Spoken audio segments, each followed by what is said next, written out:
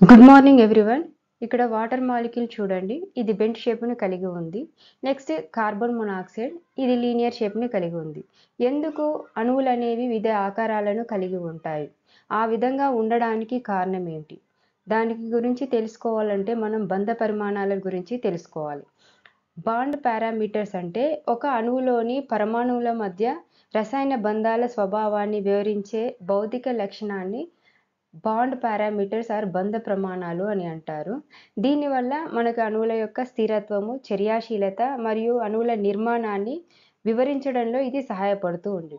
So, ఈ bond పారామీటర్‌లో ముఖ్యంగా కొన్ని ఉన్నాయి. అవేంటంటే బంధ దూరము, బంధ కోణము, బంధ క్రమము, బంధ ద్రవణత మరియు రెజొనెన్స్ అనేవి ఉన్నాయి. ఇవన్నీ కూడా చాలా ఇంపార్టెంట్. సో, వీటి గురించి తెలుసుకుందాం. ఇక్కడ 2 పరమాణువులనేవి బంధంలో పాల్గొన్నాయి. R1 అనేది మొదటి పరమాణు యొక్క బంధ దూరము. R2 అనేది రెండో పరమాణు యొక్క బంధ దూరము. సో, మొత్తం బంధ దూరాన్ని R1+R2గా చెప్తారు. సో, డెఫినేషన్ ఏంటిదంటే ఒక అణువులో 2 బంధిత పరమాణువుల కేంద్రకాల మధ్య సమతుల్య దూరాన్ని బంధ దూరం లేదా బంధ పొడవు అని అంటారు. దీన్ని యాంగ్స్ట్రామ్ లేదా పికోమీటర్‌లో వ్యక్తీకరిస్తారు. సో, ఈ బంధ దూరాన్ని ప్రభావితం చేసే కొన్ని ముఖ్యమైన అంశాలు. ఫస్ట్ వన్ వచ్చేసి size of the bonded atom. Next number of lone pairs on bonded atom, multiplicity of bonds, electronegativity difference, percentage of S character. First అనేది సైజ్ ఆఫ్ బాండెడ్ ఆటమ్. అయితే ఏ పరమాణువులు అయితే బంధంలో పాల్గొంటాయో ఆ పరమాణు యొక్క పరిమాణం మీద దాని యొక్క బంధ దూరం అనేది డిపెండ్ అయి ఉంటుంది. ఎగ్జాంపుల్ కార్బన్, సిలికాన్, జెర్మేనియం, టిన్. ఈ కార్బన్ అనేది చాలా చిన్న పరిమాణాన్ని కలిగి ఉంటుంది. టిన్ అనేది దాని పరిమాణం పెద్దగా ఉంటుంది. సో, పరిమాణం పెరిగినా కొద్దీ వాటి యొక్క బంధ దూరం అనేది పెరుగుతూ ఉంటుంది. సో, ఇక్కడ కార్బన్ టు టిన్‌కి బంధ దూరం అనేది ఈ విధంగా పెరుగుతూ ఉంటుంది. నెక్స్ట్ వచ్చేసి number of lone pairs on bonded atom. Ammonia, water molecule, HCl ఈ 3 అణువులలో అమోనియా మీద ఒక 1 పేర్ ఆఫ్ లోన్ పేర్స్ ఉన్నాయి. వాటర్ మాలిక్యూల్‌లో 2 పేర్స్ ఆఫ్ లోన్ పేర్స్ ఉన్నాయి. హెచ్‌సిఎల్‌లో 3 పేర్స్ ఆఫ్ లోన్ పేర్స్ ఉన్నాయి. ఈ లోన్ పేర్స్ ఉండడం వల్ల వాటి యొక్క బాండ్ లెంత్ అనేది పెరుగుతూ ఉంటుంది. ఎందుకంటే ఈ లోన్స్ పేర్స్ అనేవి బాండ్ పేర్స్తోని రిపల్షన్ అనేది క్రియేట్ చేస్తుంది. అంటే వికర్షణను క్రియేట్ చేయడం వల్ల వాటి యొక్క బంధ దూరం అనేది పెరుగుతుంది. అంతేకాకుండా ఈ లోన్ పేర్స్ అనేవి ఎక్కువ స్పేస్‌ని ఆక్యుపై చేస్తుంది. దీనివల్ల వాటి యొక్క బంధ దూరం పెరుగుతుంది. సో, బంధ దూరం అనేది నెంబర్ ఆఫ్ లోన్ పేర్స్‌కి డైరెక్ట్‌లీ ప్రపోర్షనల్‌గా ఉంటుంది. నెక్స్ట్ వచ్చేసి మల్టిప్లిసిటీ అంటే ఇక్కడ ఆల్కేన్, ఆల్కీన్, ఆల్కైన్ ఉన్నాయి. ఆల్కేన్‌లో ఒక సింగిల్ బాండ్ ఉంది. ఒక బాండ్ ఫామ్ కావడానికి మనకి 2 ఎలక్ట్రాన్లు కావాలి. 2 బంధాలు ఏర్పడడానికి 4 ఎలక్ట్రాన్లు కావాలి. 3 బంధాలు ఏర్పడడానికి 6 ఎలక్ట్రాన్లు కావాలి. సో, ఎప్పుడైతే బంధంలో ఎక్కువ బంధాలు ఏర్పడినాయనుకో, పరమాణువుల మధ్య ఎక్కువ బంధాలు ఏర్పడితే దాని యొక్క ఎలక్ట్రాన్ డెన్సిటీ అనేది పెరుగుతుంది. ఎలక్ట్రాన్ డెన్సిటీ పెరగడం వల్ల దాని బంధ దూరం అనేది తగ్గిపోతూ ఉంటుంది. నెక్స్ట్ ఈ ఆల్కైన్స్ అనేవి sp హైబ్రిడైజేషన్ చూపిస్తుంది. దాంట్లో s క్యారెక్టర్ అనేది 50% ఉంటుంది. ఆల్కిన్ sp2 హైబ్రిడైజేషన్ చూపిస్తుంది. దీంట్లో 33% ఆఫ్ s క్యారెక్టర్ ఉంటుంది. ఆల్కేన్ sp3 హైబ్రిడైజేషన్ చూపిస్తుంది. 25% ఆఫ్ s క్యారెక్టర్స్ని చూపిస్తుంది. సో, ఇక్కడ 3 ఇంపార్టెంట్ ఫ్యాక్టర్స్ ఉన్నాయి. ఫస్ట్ వన్ వచ్చేసి density of electron density, second multiplicity, third percentage of S character. ఈ 3 అనేవి బాండ్ లెంత్కి ఇన్వర్స్లీ ప్రపోర్షనల్గా ఉంటుంది. అంటే ఎస్ క్యారెక్టర్ పెరిగినా, పర్సెంటేజ్ ఎలక్ట్రాన్ డెన్సిటీ పెరిగినా, బంధాలు పెరిగినా అవి ఈ 3 పెరగడం వల్ల దాని యొక్క బంధ దూరం అనేది తగ్గుతూ ఉంటుంది. సో, ఇది నెక్స్ట్ వన్ వచ్చేసి ఎలక్ట్రోనెగటివిటీ డిఫరెన్స్, రుణ విద్యుతాత్మకత తేడా. అంటే ఫర్ ఎగ్జాంపుల్ హాలోజన్స్‌లో పైనుంచి కిందికి ఎలక్ట్రోనెగటివిటీ అంటే రుణ విద్యుతాత్మకత తగ్గుతూ ఉంటుంది. ఎక్కువ ఎలక్ట్రోనెగటివిటీ చూపించేది ఫ్లోరిన్. సో, ఈ హాలోజన్స్ అనేవి కార్బన్‌తోని బాండింగ్‌లో ఫామ్ ఉన్నప్పుడు కార్బన్ అనేది తక్కువ ఎలక్ట్రోనెగటివ్ని కలిగి ఉంటుంది, ఫ్లోరిన్ అనేది ఎక్కువ ఎలక్ట్రోనెగటివ్ని కలిగి ఉంటుంది. సో ఆ రెండిటి మధ్య ఉండే ఎలక్ట్రోనెగటివిటీ డిఫరెన్స్ ఎంత ఎక్కువగా ఉంటే అంత బంధ దూరం అనేది తగ్గుతూ ఉంటుంది. సో ఇదేంటిది, ద డిఫరెన్స్ అనేది ఎంత ఎక్కువ పెరిగినా కొద్దీ బంధ దూరం అనేది తగ్గుతూ ఉంటుంది. సో ఇది బంధ దూరం అనేది ఎలక్ట్రోనెగటివిటీ డిఫరెన్స్కి ఇన్వర్స్లీ ప్రపోర్షనల్గా ఉంటుంది. సో ఇక్కడ బంధ దూరం పెరిగే ఆర్డర్ అనేది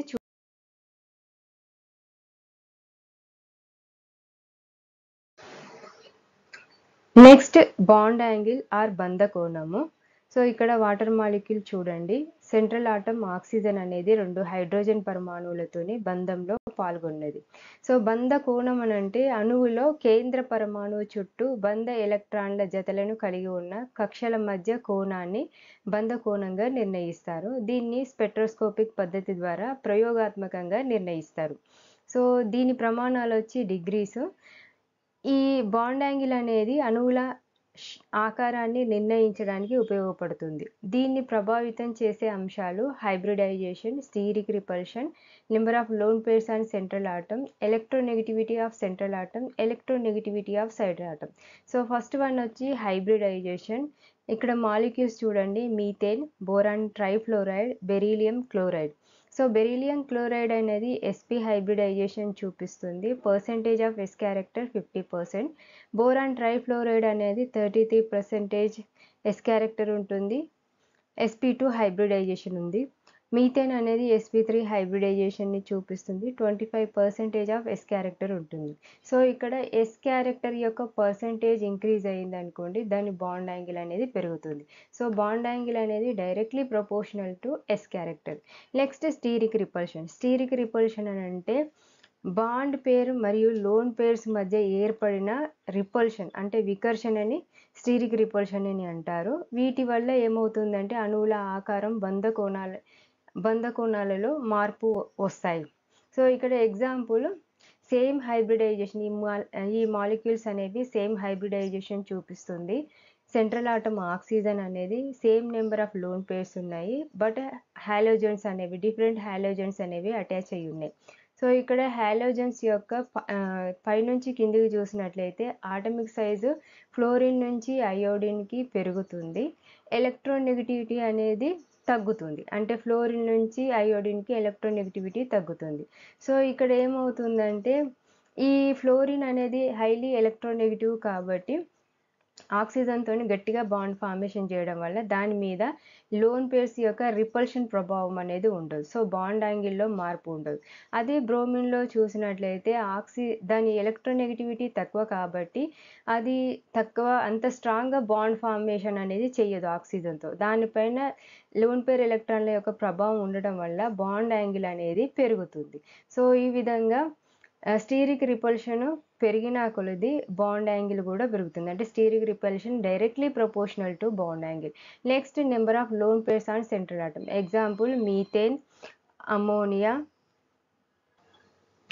అమోనియా వాటర్ మాలిక్యూల్. సో ఇక్కడ మీథేన్ మీద ఎటువంటి లోన్ పేర్స్ లేవు, అమోనియా మీద ఒక 1 పేర్ ఆఫ్ లోన్ పేర్స్ ఉన్నాయి, వాటర్ మాలిక్యూల్లో 2 పేర్స్ ఆఫ్ లోన్ పేర్స్ ఉన్నాయి. So number of lone pairs పెరిగిన కొలది వాటి యొక్క బాండ్ యాంగిల్ అనేది తగ్గుతూ ఉంటుంది. ఎందుకంటే స్టీరిక్ రిపల్షన్ ఇంతకుముందే చెప్పాను కదా, వాటి మీద ఏర్పడే రిపల్షన్ ప్రభావం వల్ల అవి బాండ్ యాంగిల్ అనేది తగ్గుతూ ఉంటుంది. Next electronegativity of central atom. So ఇక్కడ పైన మీథేన్, అమోనియా, వాటర్ మాలిక్యూల్ 3 కూడా ఒకే రకమైన హైబ్రిడైజేషన్ చూపిస్తుంది, అది sp3 hybridization. Next electronegativity of central atom.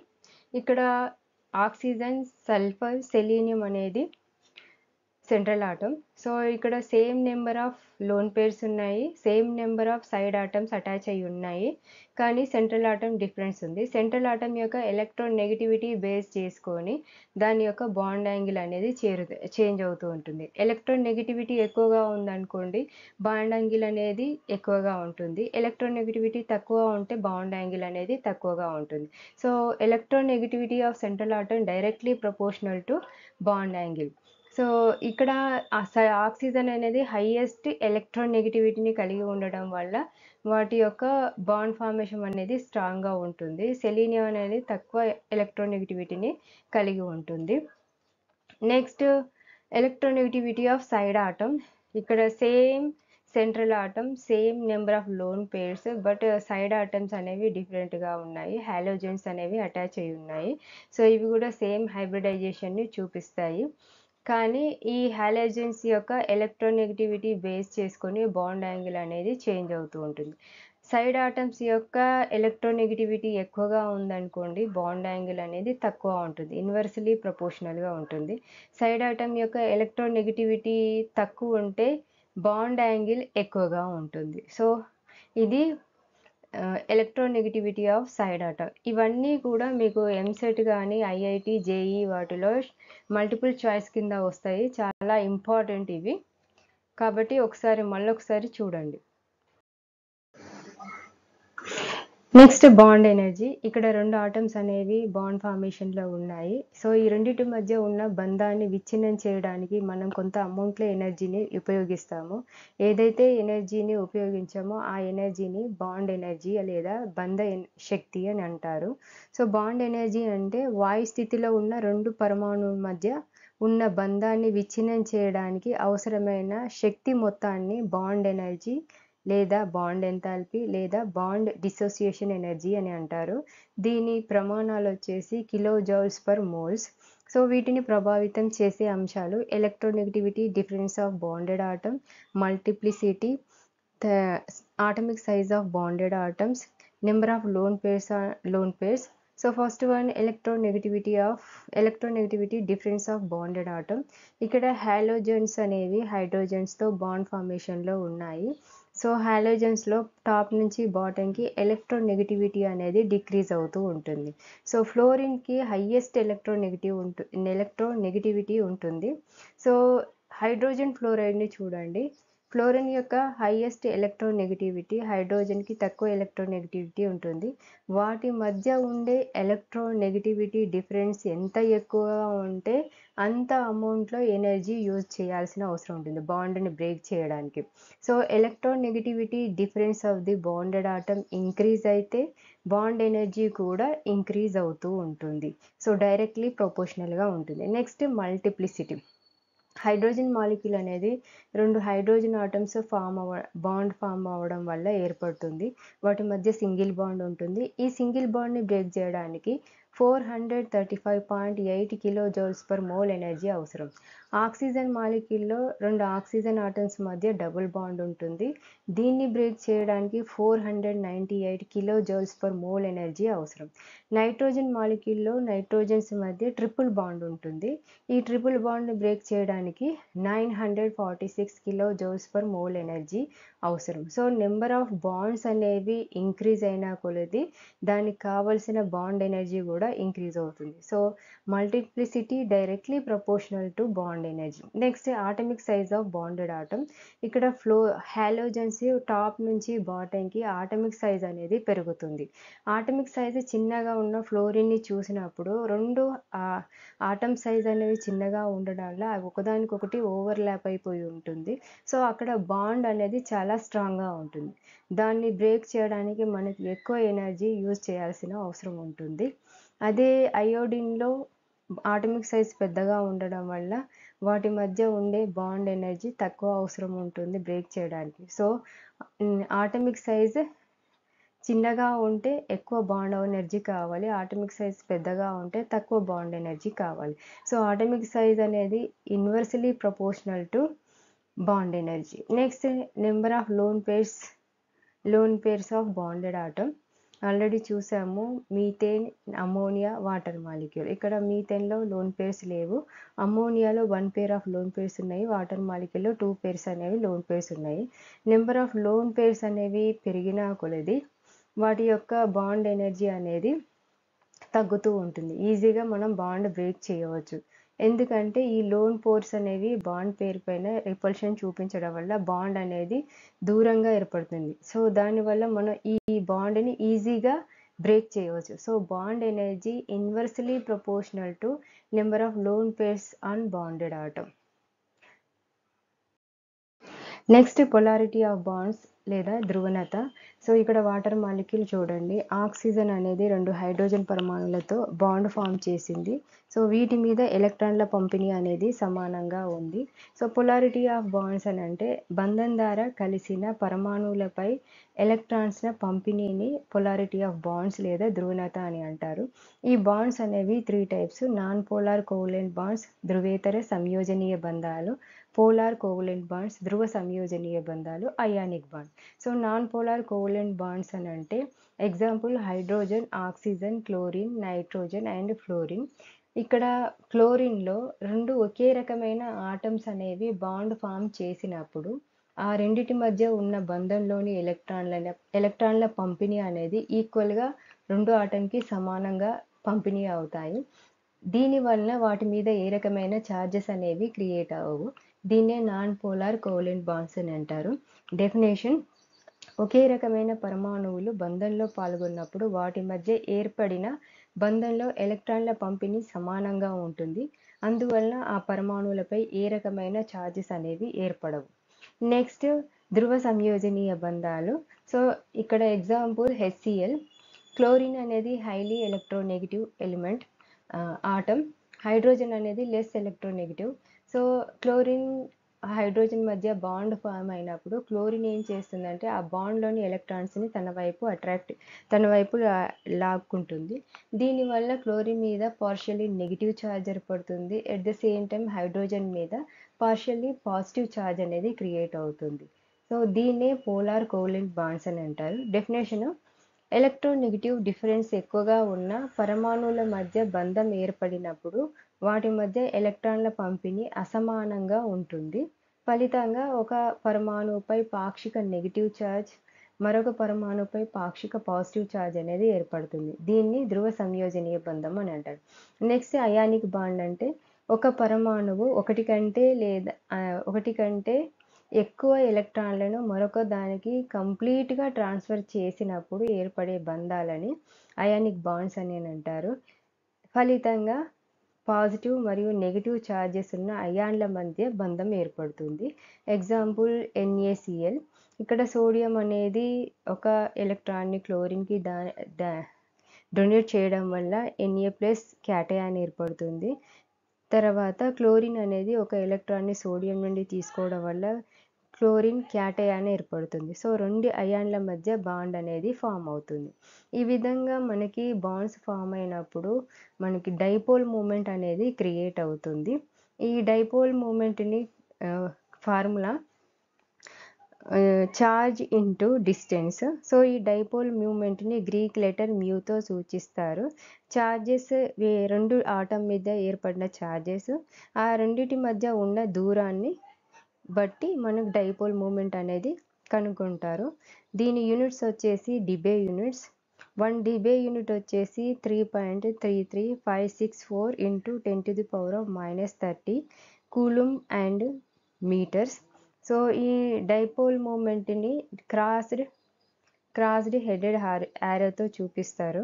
So ఇక్కడ క్రాస్డ్ సింబల్ అనేది ఎలక్ట్రోనెగటివిటీ తక్కువగా ఉంది అంటే ఏ ఆటంకి ఎలక్ట్రోనెగటివిటీ తక్కువగా ఉంటుందో, తర్వాత ఎక్కడి నుంచి ఎలక్ట్రాన్లు ఇంకో ఆటంకి పంపిణీ అవుతుందో దాని మీద ఉంటుంది. యారో సింబల్ వచ్చేసి ఎలక్ట్రాన్లు తీసుకునే ఆటం మీద ఉంటుంది. Example HCl. సో 2 ఆటమ్స్ మధ్య ఉండే నెంబర్ ఆఫ్ బాండ్స్ని బాండ్ ఆర్డర్ అని అంటారు లేదా బంధక్రమము అంటారు. ఇక్కడ హైడ్రోజన్ మాలిక్యూల్లో 2 హైడ్రోజన్ ఆటమ్స్ మధ్య సింగిల్ బాండ్ ఉంది కాబట్టి బాండ్ ఆర్డర్ 1. 2 ఆక్సిజన్ ఆటమ్స్ మధ్య డబుల్ బాండ్ ఉంది, బాండ్ ఆర్డర్ 2. 2 నైట్రోజన్ ఆటమ్స్ మధ్య ట్రిపుల్ బాండ్ ఉంది, బాండ్ ఆర్డర్ 3. కానీ కొన్ని ఐసో ఎలక్ట్రానిక్ మాలిక్యూల్స్ అయాన్స్ అనేవి సేమ్ నెంబర్ ఆఫ్ బాండ్ ఆర్డర్ని చూపిస్తాయి. ఐసో ఎలక్ట్రానిక్ మాలిక్యూల్స్ ఆర్ అయాన్స్ అంటే సేమ్ నెంబర్ ఆఫ్ ఎలక్ట్రాన్స్ ఉన్నట్లయితే వాటిని ఐసో ఎలక్ట్రానిక్ మాలిక్యూల్స్ లేదా అయాన్స్ అని అంటారు. ఇక్కడ ఫ్లోరిన్ మరియు ఆక్సిజన్ -2 క్యాటయాన్ అనేది సేమ్ నెంబర్ ఆఫ్ బాండ్ ఆర్డర్ని చూపిస్తుంది, అది 1. నైట్రోజన్, కార్బన్ మోనాక్సైడ్ మరియు NO+ క్యాటయాన్ అనేది బాండ్ ఆర్డర్ 3ని చూపిస్తుంది. ఈ బాండ్ ఆర్డర్ వల్ల మనకి బాండ్ ఎంథాల్పీ ఇంక్రీజ్ అవుతుంది. బాండ్ ఎంథాల్పీ అంటే బాండ్ ఎనర్జీ ఆర్ బంధ శక్తి, మరియు బాండ్ లెంత్ అనేది డిక్రీజ్ అవుతుంది. కొన్ని మూలకాల యొక్క ముఖ్యమైన బాండ్ ఆర్డర్స్ని చూడండి. సో ఇక్కడ ఓజోన్ మాలిక్యూల్ యొక్క లూయిస్ డాట్ స్ట్రక్చర్ ఎలా రాయాలో చూద్దాము. సో దీన్ని రాయాలంటే కొన్ని రూల్స్ని ఫాలో అవ్వాలి. దాంట్లో ఫస్ట్ వన్ వచ్చేసి టోటల్ నెంబర్ ఆఫ్ వ్యాలెన్సీ ఎలక్ట్రాన్స్ని కౌంట్ చేయాలి. సో ఓజోన్ అంటే O3, ఆక్సిజన్ యొక్క valency electron 6, number of ozones oxygens 3 ఉన్నాయి కాబట్టి 3 × 6 టోటల్ 18 వ్యాలెన్సీ ఎలక్ట్రాన్స్. తర్వాత సెంట్రల్ ఆటమ్ని ఐడెంటిఫై చేయాలి. 3 ఆక్సిజన్ ఆటమ్స్ ఉన్నాయి, దాని మిడిల్లో ఉన్నదాన్ని సెంట్రల్ ఆటమ్ కింద కన్సిడర్ చేయొచ్చు. నెక్స్ట్ ప్రతి ఆక్సిజన్ ఆటమ్కి మధ్య ఒక సింగిల్ బాండ్ని డ్రా చేయాలి. డ్రా చేసి రిమైనింగ్ ఎలక్ట్రాన్స్ని ప్రతి ఆక్సిజన్ ఆటమ్ చుట్టూ అమర్చాలి. అయితే ఈ విధంగా అమర్చినప్పుడు ప్రతి ఆక్సిజన్ ఆటమ్ అనేది ఆక్టెట్ రూల్ని ఫాలో అవుతుందా లేదా అనేది చూడాలి. ఒకవేళ ఆక్సిజన్ ఆటమ్ ఆక్టెట్ రూల్ని ఫాలో కాలేదనుకోండి, వాటి మధ్య సింగిల్ బాండ్ ప్లేస్లో ఇంకొక బాండ్ క్రియేట్ చేసి డబుల్ లేదా ట్రిపుల్ బాండ్ని ఫామ్ చేయాలి. ఈ విధంగా ఫామ్ చేసినప్పుడు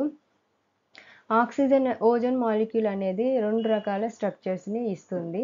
సో ఒక మాలిక్యూల్ అనేది 2 స్ట్రక్చర్స్ని 2 లూయిస్ డాట్ స్ట్రక్చర్ని కన్సిడర్ చేయలేం కాబట్టి ఒక కొత్త కాన్సెప్ట్ని తీసుకొచ్చారు. దాన్నే రెజొనెన్స్ స్ట్రక్చర్స్ అని అంటారు. రెజొనెన్స్ స్ట్రక్చర్స్ అంటే ఒక మాలిక్యూల్ 2 లేదా అంతకంటే ఎక్కువ లూయిస్ డాట్ స్ట్రక్చర్ని చూపించినప్పుడు వాటన్నింటినీ కనానికల్ స్ట్రక్చర్స్ అని అంటారు, లేదా రెజొనెన్స్ స్ట్రక్చర్స్ అని అంటారు. సో ఇక్కడ ఈ 2 స్ట్రక్చర్స్కి రెండింటి కింద మూడోది అక్యురేట్గా ఓజోన్ని చూపిస్తుంది. సో దాన్ని రెజొనెన్స్ హైబ్రిడ్ అని అంటారు. ఈ రెజొనెన్స్ స్ట్రక్చర్స్ గురించి ఆర్గానిక్ కెమిస్ట్రీలో వివరంగా తెలుసుకుందాం.